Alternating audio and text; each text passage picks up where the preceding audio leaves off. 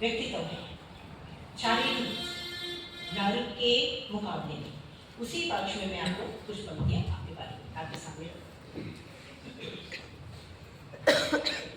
रोपा किसी माली ने जिसे क्यारी में अपनी, रोपा किसी माली ने जिसे क्यारी में अपनी, थी वो अंगूर की एक कमजोर सी डाली। रोपा किसी माली ने जिसे क्यारी में अपनी, थी वो एक कमजोर सी एक डाली।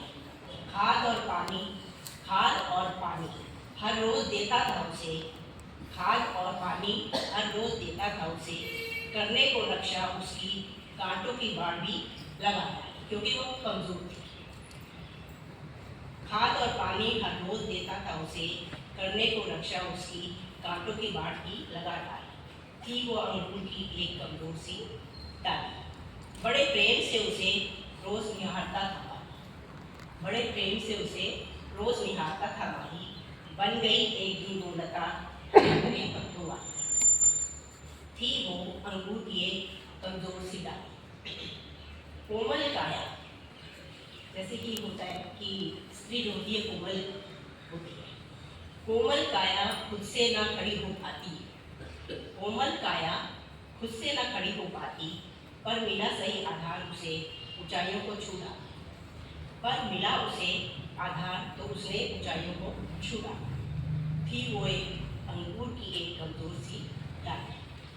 दाग लगा है उदाहरण जिसका, दाग लगा है उदाहरण जिसका एक विश्वसनीय नारी, दाग लगा है उदाहरण जिसका वो है एक विश्वसनीय नारी, है